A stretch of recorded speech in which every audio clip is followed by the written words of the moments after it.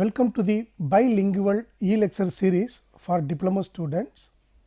Today we are going to see the system of forces and the moment of force in the subject strength of materials for second year mechanical engineering. Polygon law of forces.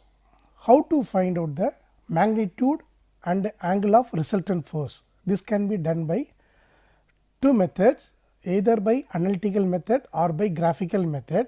In the graphical method, we have triangular law of forces and polygon law of forces. So what is polygon law of forces? Polygon law of forces states that if a number of forces acting simultaneously on a particle be represented in magnitude and direction by the sides of polygon taken in order, the resultant may be represented in magnitude and direction by the closing side of the polygon taken in opposite order. Okay. The polygon law என்ன சொல்லுது அப்படின்னா, okay, you imagine a particle P. At the point P, number of forces are acting. Say example A, B, C, D. All the four forces are having different magnitude and they are acting in different directions. How to find out the resultant force? As per the parallelogram law, from the starting point P, we are going to draw the forces one by one in order A, then B, then C, then D.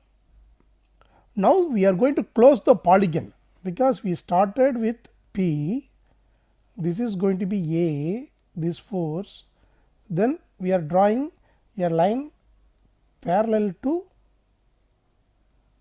B, then we are drawing another line parallel to force C, then D. So the resultant force will be nothing but it is the closing side of the polygon. This is going to be the resultant force. Resultant force is nothing but closing side of the polygon. What is the direction? The direction will be in the opposite side. That's all. The direction will be in the opposite side. So for the forces A, B, C and D acting at a point P, the resultant force will be R. The resultant force will be R. Its direction will be opposite in the direction of the closing side of the polygon. This method is called as parallelogram law of forces.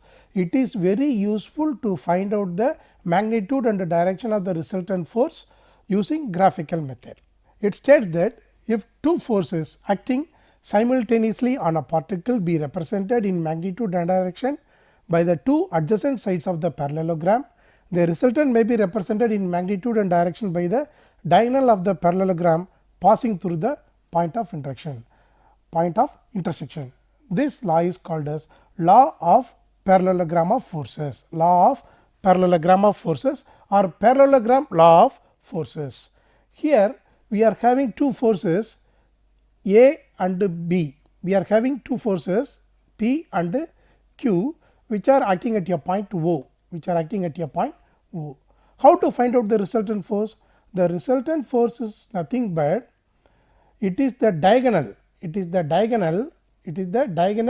drawn between the forces P and Q by creating a parallelogram as OA is parallel to BC and OB is parallel and equal to AC. Okay. So we are starting with OA, then OB. We are going to draw two parallel lines, AC parallel to OB and BC parallel to OA. The diagonal line which joins the points O and C is going to be the resultant force. Mathematically, it can be represented as R, the resultant force is equal to square root of P square plus 2P Q cos theta plus Q square, and the resultant angle tan alpha is given by Q sin theta divided by P plus Q cos theta, where theta is the angle between the two forces P and Q and alpha is the angle between the horizontal and R. Resultant force. R is nothing but the resultant force.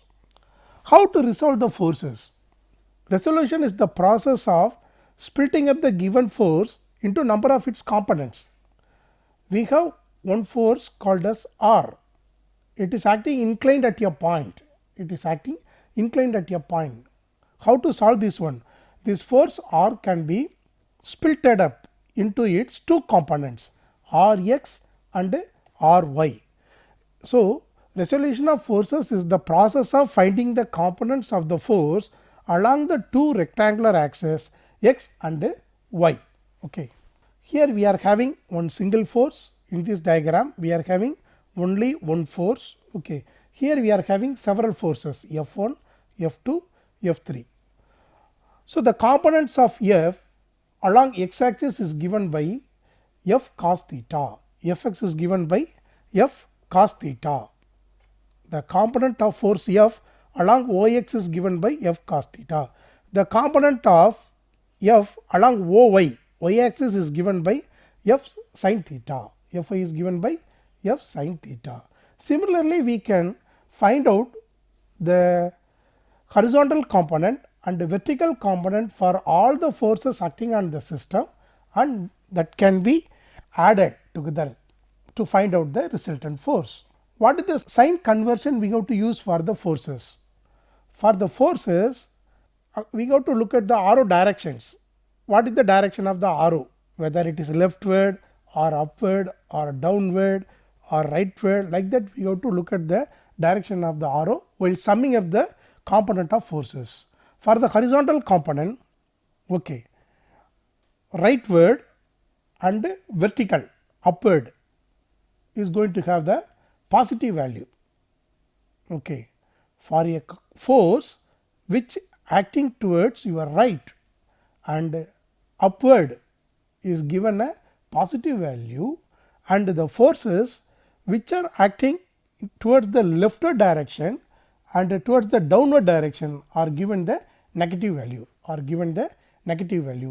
For example, we are having an object like this. Okay, we are having an object A and B, object between A and B. Okay, the nodes of the objects are represented as A and B. If a force is acting downward, then it is given as the negative value. If a force is acting upward, then it is given a positive value. This is going to be positive and this is going to be negative. Like that we are assigning signs to the components, especially when they are acting at a single point. What is the equilibrium of a particle? When the resultant force acting on a particle is 0, the particle is said to be in equilibrium. The particle is said to be in equilibrium when the resultant of all the forces acting on it is 0. Okay. We are having one point, okay, lot of forces acting on the particle. Okay. When it is in equilibrium, when will the particle will be in equilibrium? The particle will be said to be in equilibrium when the resultant of all the forces acting at the point is 0. In graphical terms, the particle is in equilibrium when the force polygon closes. In other terms, a body is said to be in equilibrium when it comes back to its original position after it is slightly displaced from its position of rest. We have a point A. There are two forces acting on it having magnitude 100 Newton and 100 Newton, but both are acting in opposite direction. You say this is F1 and this is F2. Both are acting in opposite directions. Two forces acting on a particle, okay, until the particle remains in equilibrium. When it will remain in the equilibrium? Two forces acting on a particle, it will be in equilibrium if the two forces have the same magnitude, same line of action, but they must act opposite in direction. The directions of force F1 and F2 should be opposite to each other. Then only the particle A will be in equilibrium. When there are three or more forces acting on a particle, how to say this particle is in equilibrium? The particle is said to be in equilibrium if the force polygon is closed. Okay, the closed polygon provides a graphical expression of the equilibrium of the point. here we are having a point A, lot of forces are acting on the point A. If we are applying the Polygon law of forces, and if the polygon closes, then the object is said to be in equilibrium. Okay. What are the conditions of equilibrium? Let the forces act at a point O in one plane, then sigma x and sigma y are the resolved parts of the forces along two lines through O. Okay. Sigma x is nothing but component of forces acting along x direction or horizontal direction. Sigma y is nothing but component of forces, sum of component of forces acting along vertical direction or y direction. Okay. They are mutually perpendicular to each other. So we have forces P1, P2, P3 and P4. They can be resolved into a single component as R. If R is going to be the resultant force, then R square is equal to sigma x square plus sigma y square. What is sigma x? Sum of horizontal component of all the forces acting on the particle. What is sigma y? Sum of vertical components of all the forces acting on the particle at that point. Okay. If the forces are in equilibrium or in equilibrium, then R is equal to 0. It is nothing but sigma x square plus sigma y square is equal to 0. That is nothing but sigma x is 0 and sigma y is 0. It means that, okay, when the object is said to be in equilibrium, then the sum of all the horizontal components acting on the object must be equal to 0 and the sum of all the vertical components acting on the object must be equal to 0. Thus, sigma x is equal to 0 and sigma y is equal to 0 are the necessary and sufficient conditions of equilibrium for a particle. So we discussed about the equilibrium of particle. Now we are going to discuss about moment of force. Moment of force. What is moment? It is the turning effect produced by the force on a body on which it acts. You look at this picture. Okay, here we are going to tighten an object. So by using a wrench, we are going to tighten it. So we are going to apply a turning effect. This force, we are going to apply a force F which produces a turning effect on the object with respect to the vertical axis. This turning effect is called as the moment. Mathematically, it is equal to the product of the magnitude of the force and the perpendicular distance between the line of action of the force and the point about which the moment is required. Mathematically, moment M is given by the magnitude of the force F2. Magnitude of the force is here, the magnitude of the force is F2 and the distance with respect to the origin, with respect to the point of application is given by F2 into x. This is going to be the mathematical expression of the moment M for the M and M. So moment of force M is equal to force into perpendicular distance. It is given by F into x. What is the unit of moment? Unit of moment, force is expressed in terms of Newton, distance is expressed in terms of meter. So the unit of moment is Newton meter. The vertical component of the force is given by F sin theta. We have already discussed. The horizontal component of the force is given by F cos theta. We have already discussed. Okay. So how to classify the moment into clockwise moment or anti-clockwise moment? Okay. If the moment turns or rotates the body in clockwise direction, then it is called as clockwise moment. Okay. So there are two forces F1 and F2 acting on an object at a point A. Okay. A is the distance between the point of application of force F1 and A. F2 is the force, second force. B is the distance between the point of application of force 2 and the point A. Okay. When we apply the two forces F1 and F2, they will produce a clockwise moment. They will produce a clockwise moment. When they are applied with respect to the point A, they will produce a clockwise moment. Okay. So the moment turns or rotates the object in clockwise direction, then it is defined as the clockwise moment. Sign of clockwise moment is positive. Here moment about A, MA is given by F1 into A, force into perpendicular distance, plus F2 into B, force into perpendicular distance. This is the clockwise moment. What about the anti-clockwise moment? Here the moment turns or rotates the body in anti-clockwise direction. Okay, here the moment, you look at the force F1, F2, AB are the two center distance between A and the respective point of application of the forces. Okay, now the object will tend to rotate in anti-clockwise direction or counterclockwise direction. This is called as anti-clockwise moment. Sign of anti-clockwise moment is negative. So here MA is equal to minus F1 in A minus F2 into B. These are the two types of moments. Then we are going to see the principle of moments. It is defined as Varignon's theorem. Here in a coplanar force system, the moment of the resultant of the forces about any point is equal to the algebraic sum of the moment of all the forces about the same point. Varignon's theorem states that in a coplanar force system, the moment of the resultant of the forces about any point is equal to the algebraic sum of the moment of all the forces about the same point. So in a coplanar, it is a coplanar system. Here the moment of the resultant of the forces at any point will be equal to the sum of moment generated by the individual forces acting at the same point. Okay, the moment created by resultant force will be equal to the moment created by sum of all the forces at any point. This theorem is called as principle of moments. So sum of all moment is given by R into X, where M is the sum of moment of all forces about the point, R is the magnitude of the resultant force, X is the position of the resultant force from the point. Okay, so position of the, so you can say this is going to be X, R is going to be the resultant force. So My is equal to R into F. Okay, R into F1 plus F2. Here there are two forces acting, F1 and F2. So it is going to be R into F1 plus R into F2. Then comes couple. What is a couple? A couple is formed by a pair of equal and opposite forces which are separated by a certain distance.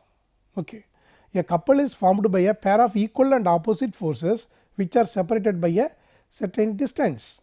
Okay, both the forces are having the same magnitude here, but they are acting in a different directions.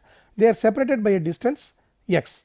The algebraic sum of the forces forming a couple is 0, because here we are taking this forces plus F and this is going to be minus F, then the sum of all the forces will be equal to 0. Okay, so for a couple, the algebraic sum of the forces will be equal to 0. Moment of a couple. The product of the forces of the couple and the arm of the couple is known as moment of couple. What is moment of couple? Product of forces of the couple and the arm of the couple is known as the moment of couple. Moment of couple is given by force into perpendicular distance. Moment is given by force into perpendicular distance. Here moment of couple is given by number of forces acting on the object at the particular point with respect to the perpendicular distance. Okay, here for the force F, okay, it is going to be F into L plus D, and for the force F it is going to be F into L. You assume this is the point O. Moment of couple about O, we can say moment of couple about origin or point O is given by F into perpendicular distance. What is the perpendicular distance? D plus L. For this one D plus L, for this one minus F into L. So it is going to be F into L plus D minus F into L. Okay, it's clear, right? F into L plus F into D minus F into L. Now we can cancel some terms and it is going to be minus F into L, minus F into L. Two couples are said to be equivalent if they produce the same moment. They are said to be equivalent couple. Two couples are said to be equivalent if they produce the same moment. They are said to be equivalent couple. The two couples lie in parallel planes.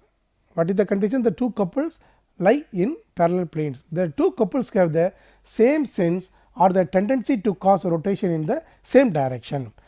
Look at the figures. Here we have two forces, F and the minus F. They are creating a moment. Okay. Here also F and the minus F, they are also creating a moment. Here you can see minus F plus F. Okay. They are acting at different locations, but they are creating the same moment. Okay. So, the two couples are said to be equivalent if they produce the same moment. What is in the free body diagram? Free body diagram of a body is the diagram drawn by showing all the external forces and the reactions acting on the body and by removing the contact surfaces. Okay. Usually we will given with a big problem. Okay.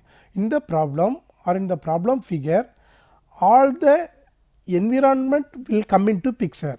We have to remove them, we have to detach them from the free body diagram, and we are going to have the skeleton of them. The diagram is called as free body diagram. Free body diagram of your body is the diagram drawn by showing all the external forces and the reactions acting on the body and by removing the contact surfaces. This picture clearly shows what is a free body diagram. Okay. So, this is the diagram where we are having the load. So, at your point A, we are going to lift a load. Okay. This is going to be the load weight W. So, the wire or rope is hinged at point C and D. Two workers, okay, two workers are applying force to lift the load or to keep the load. Okay. The force AC has an 30-degree angle with the horizontal and the force BA has an 50-degree angle with the horizontal. Okay. So, this diagram can be simply represented by means of a space diagram like that. At point A, TAC is acting in this direction, TAB is acting in the direction, and the weight is acting in the direction. This is going to be the weight of the object. Okay. This diagram is called as space diagram. Steps to be followed in drawing a free body diagram. Isolate the body from all other bodies. Isolate the body from all other unwanted objects. Okay. Indicate the external forces on the body. First step is, first you mention all the external forces acting on the body. The magnitude and direction of the known external forces should be mentioned. Okay. If you know the value of the force and the direction of the force, then you have to mention them. Okay. In the free body diagram, the reactions exerted by the supports on the body should be clearly indicated. The reactions exerted by the supports on the body should be clearly indicated. If there are some reactions, then it should be mentioned in the free body diagram. Clearly mark the dimensions in the free body diagram. Clearly mark the dimensions in the free body diagram. It is very, very essential.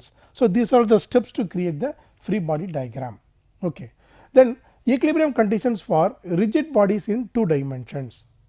We are going to see what are the conditions required to maintain the rigid bodies in 2 dimensions in equilibrium. So, these are the conditions.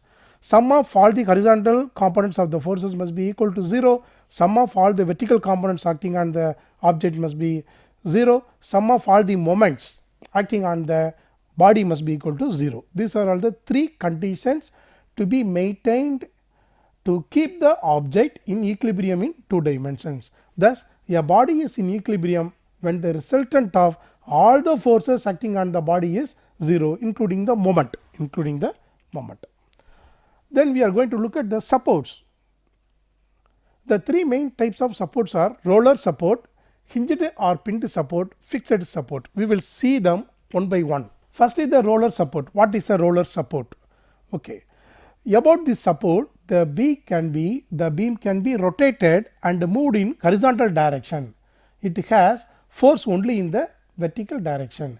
About this joint, the beam can be rotated and moved in the horizontal direction, and it has only force in the vertical direction. This support is called as roller support. Next one is the hinged support. Hinged support or pinned support. About this support, the beam can be rotated horizontally.